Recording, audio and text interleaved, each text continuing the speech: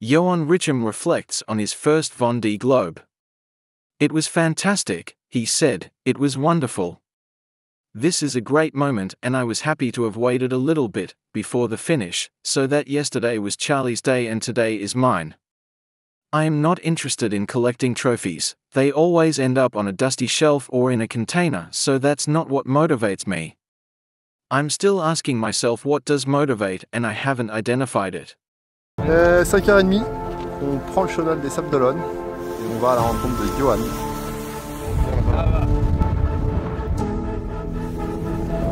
Hop, arrivée de Patrick Arkea, Johan Richem, deuxième du Vendée Globe 2024-2025. Bravo.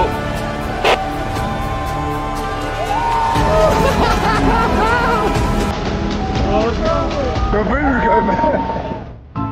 Ouais, bah non, trop génial, putain. Tour du monde quoi. On va réussir le projet. Ouais.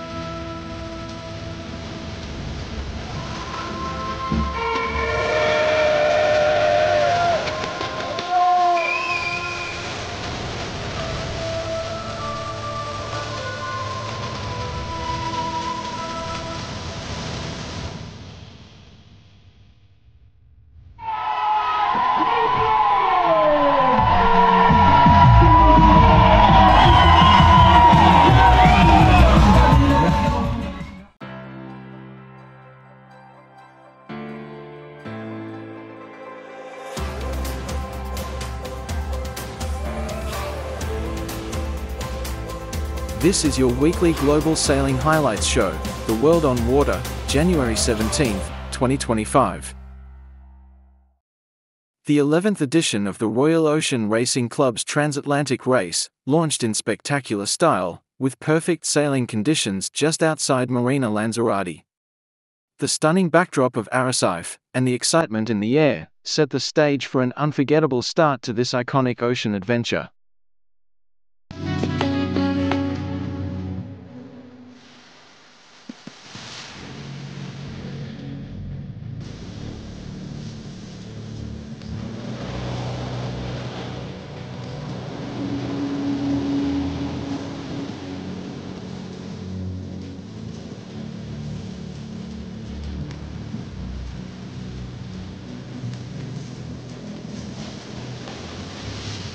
Today we are part of the 11th edition of the Royal Transatlantic Race. The wind forecast looks amazing. We will have 16 knots in the start line. Very excited. This is my first transatlantic race, so I'm fulfilling a little bit of a lifelong dream as an F-18 sailor for most of my life. This is the thing to do. I've been here quite a lot. I love the place. I can't get enough of it. Great spot to sail from. The island has got an energy that you bring along in the crossing. Hopefully it will work. The routing looks like all downwind and no one's going to argue with that. We know the boat.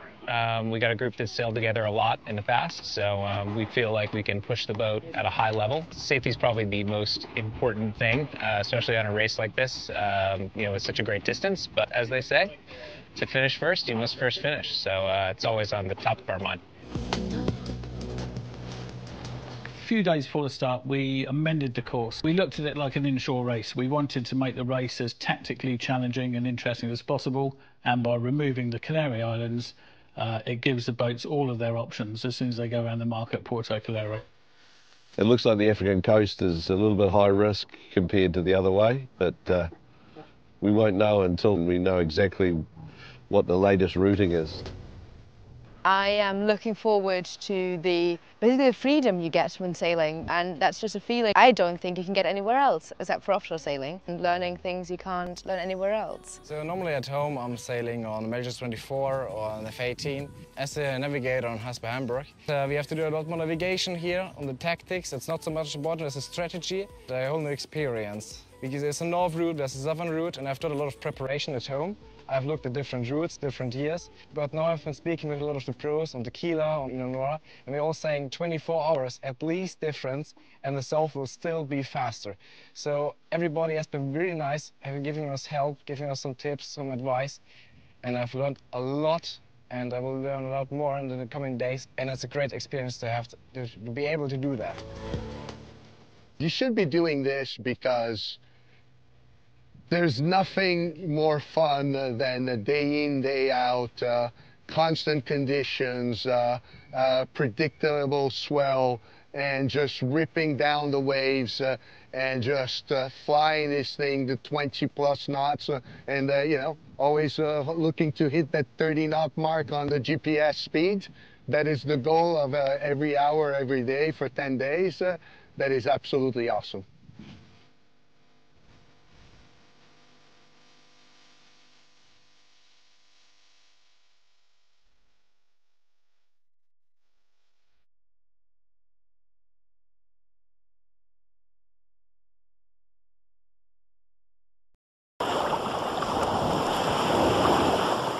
The Globe 580 Transat saw 12 entrants racing from Lanzarote to Antigua across the Atlantic. Many who compete in the Transat aim to continue their journey by entering the Mini Globe race, building on their Atlantic crossing experience. 15 entrants will take part in this ambitious circumnavigation event, requiring participants to sail around the world in their class Globe 5.80 yachts.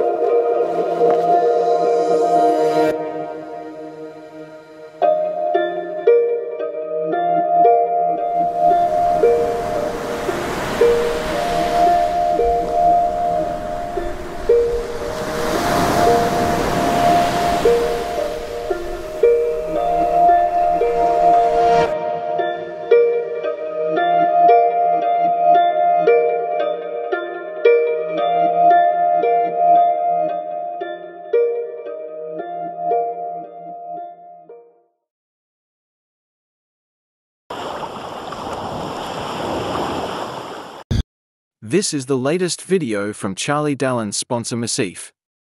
What a great race, how good was his boat and his planning. It's a requisite to have a strong team behind the entrant. Francois Gabart, a previous winner, built a strong team around Charlie. It paid off, big time. Si proche, si loin cette ligne d'arrivée. Je suis aussi là. Ça sent la maison. Allez, à plus.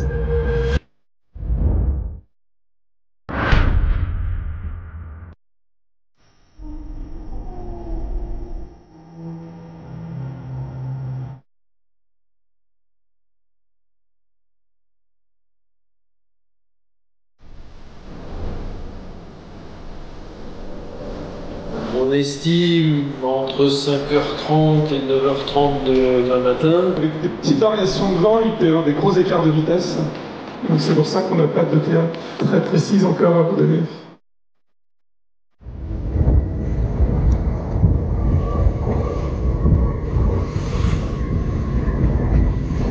Si proche, si loin cette ligne d'arrivée.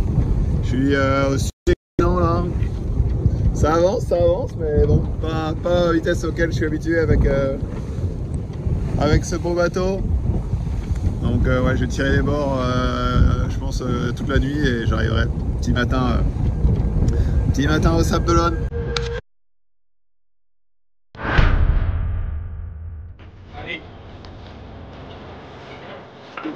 Ah, il l'a fait, tu te rends compte? Trop cool.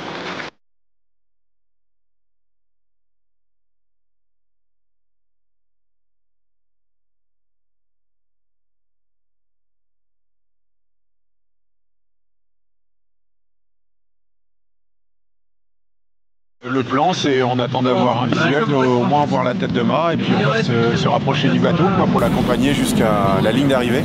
Ouais, là c'est incroyable. C'est content. C'est 2 ans de boulot qui payent un peu quoi.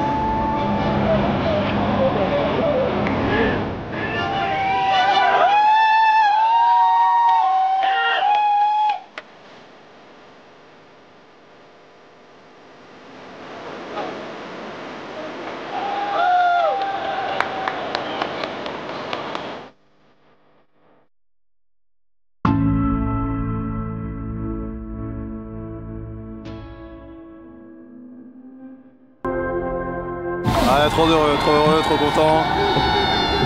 C'est un passage de ligne incroyable avec la lumière du lever du jour là, c'était fou. Ma plus belle ligne d'arrivée de toute ma carrière, mais à des années-lumière de toutes les autres. C'était fabuleux. C'est une course incroyable, j'ai l'impression d'être parti il y a 2 jours. Ouais, vraiment heureux, comme en tant que navigateur, de remporter ce monument de la course au large. Et je suis super heureux qu'avec l'équipe on soit collectivement allé chercher cette victoire. Voilà, ils sont donnés aussi, ils ont été très minutieux dans la préparation et vraiment c'est les meilleurs du monde. C'est la meilleure équipe du monde et voilà, c'est grâce à eux si on gagne aujourd'hui.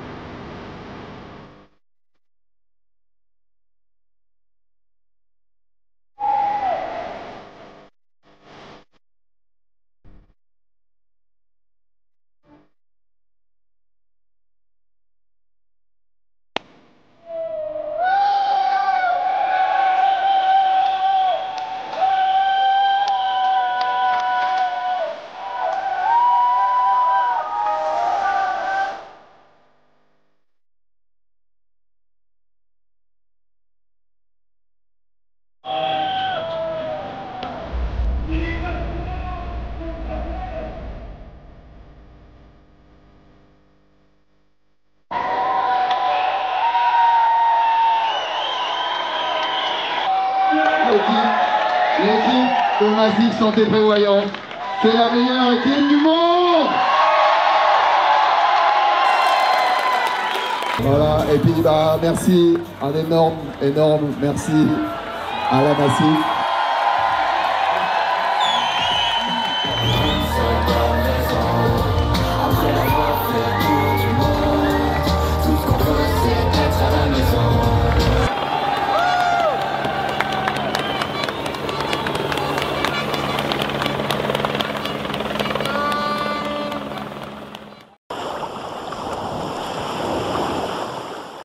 Great Britain's Ian Williams and his Pindar, by Manaport Logistics team, of Richard Sydenham, John Gunderson, and Jerry Mitchell, have been crowned champions of the inaugural Macau Match Cup, the opening event of the 2025 World Match Racing Tour.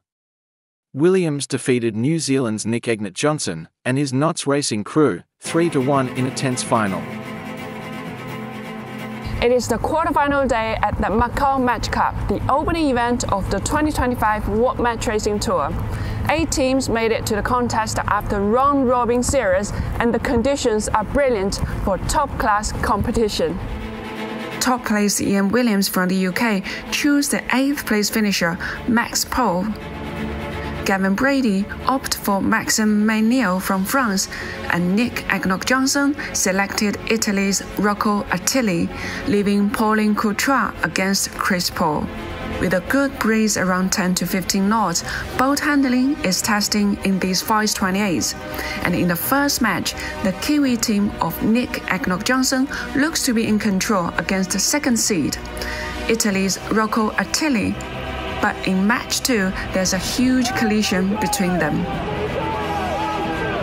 So now it's 2-0 to the Kiwis. Nick left a little present on our boat, and there was a big collision. We got a double for that, and the match basically was over. And they quickly wrap up the third match with more penalties on the Italians and crossed to win the match, securing their place in the semi-final. Pairing 2 sees the two match racing world #1 ranked sailors head-to-head again, and the first win goes to Pauline Courtois from France. Chris recovers to win match 2, and their third match sees Pro take the lead to go 2-1 up, leaving Pauline with the must-win fourth match. It's not to be, as Pro takes control in match 4, forcing the French team wide of the final win-wall mark and leads home from there to clinch a 3-1 victory. Just trying to improve the little things. Our starts were really good, and the comms were just getting better and better each race, and just trying to figure out this course. It's a little more northerly than it has been the last few days, so we're getting some interesting shifts and puffs and lulls coming through the MGM Grand and all the other hotels. The match 4 pairing has Ian Williams of the UK, the 8 times World Match Racing Tour champion, against 23-year-old Max Pro from Australia. And it is simply a masterclass from the experienced British team, who complete a 3-0 win with comparative ease. Match 3 is Gavin Brady of the USA against French Maxime Meunier, who has sailed very well in the event so far, and he continues, scoring the first point over Brady. Through a long contest, which includes bold breakdowns, they are tied on 2 wins each and head into the 5th and deciding match. In the pre-start, Brady fails to keep clear and is penalized, handling an edge to the French team, and is now on the back foot. Can the French hold on to defeat this former America's Cup skipper? But as the race progresses, Brady draws on all of his experience to create a slim lead, and by the second windward mark, feels he is clear enough, and after rounding completes his penalty turn with room to spare, cruising home to win this tense match 3 too. It was great to come back and win the quarterfinals, and the way we did with a penalty in behind. But it was just a strange one. It was really aggressive, it was shifty, and I just couldn't find a rhythm. It's more experienced team who have survived, though Gavin Brady was taken all the way, and it was a tough battle for Chris Paul against the French team too. With the wind staying around 10 to 12 knots, the race committee pushes straight into the semi-final matches, and now it's Williams against Paul and Brady versus Agnoc-Johnson. What a lineup! In the first semi-final between Williams and Paul, Ian sails away, leaving the American team behind to take the first point in their match.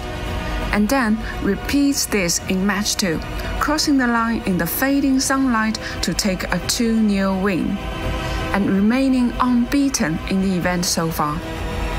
In the semi-final, former World Match Racing Tour champion Nick Agnoc-Johnson from New Zealand also scores the first 2 wins over Gavin Brady, leaving both contests poised at match point in this first to 3-win series. So, the big question is whether Brady and Pro can mount a recovery tomorrow and make it to the final of the 2025 Macau Match Cup. Or is it yet another battle between Williams and Agnoc-Johnson?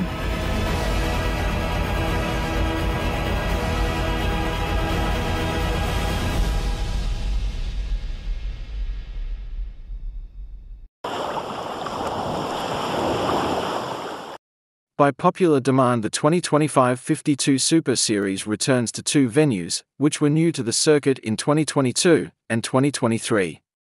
They are followed by an overdue visit to Cascais, Portugal, for the third event, the Rolex TP52 World Championship. The fourth is hosted by the ever-popular Puerto Portals, in late August, before a long-anticipated return to the yacht club Costa Smeralda, in Porto Cervo, for the season's finale in September. The 5-event 2025 52 Super Series season opens in chic Saint-Tropez in the south of France. The circuit returns there after a successful first visit in 2023, and at stake is the Royal Cup. And then to beautiful rugged Bayona in northwest Spain, again returning for the second time.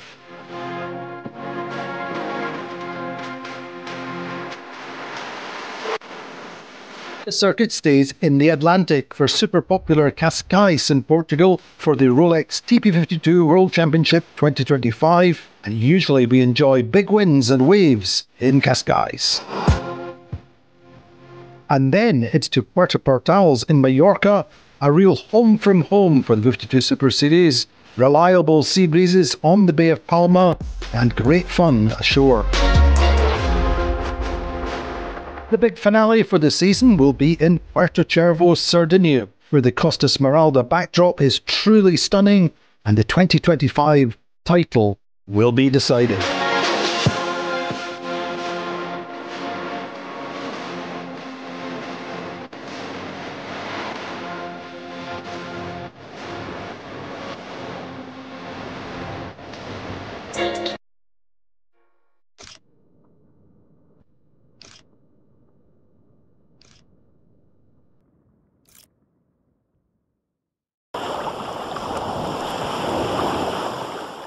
In the Royal Ocean Racing Club's Transatlantic Race, IRC2, Andrew and Sam Hall's Lombard 46, Parta Negra, from Great Britain, has made a great start to the transatlantic race to lead the class on the water, and after IRC time correction. Parta Negra is also estimated to be second overall for the race.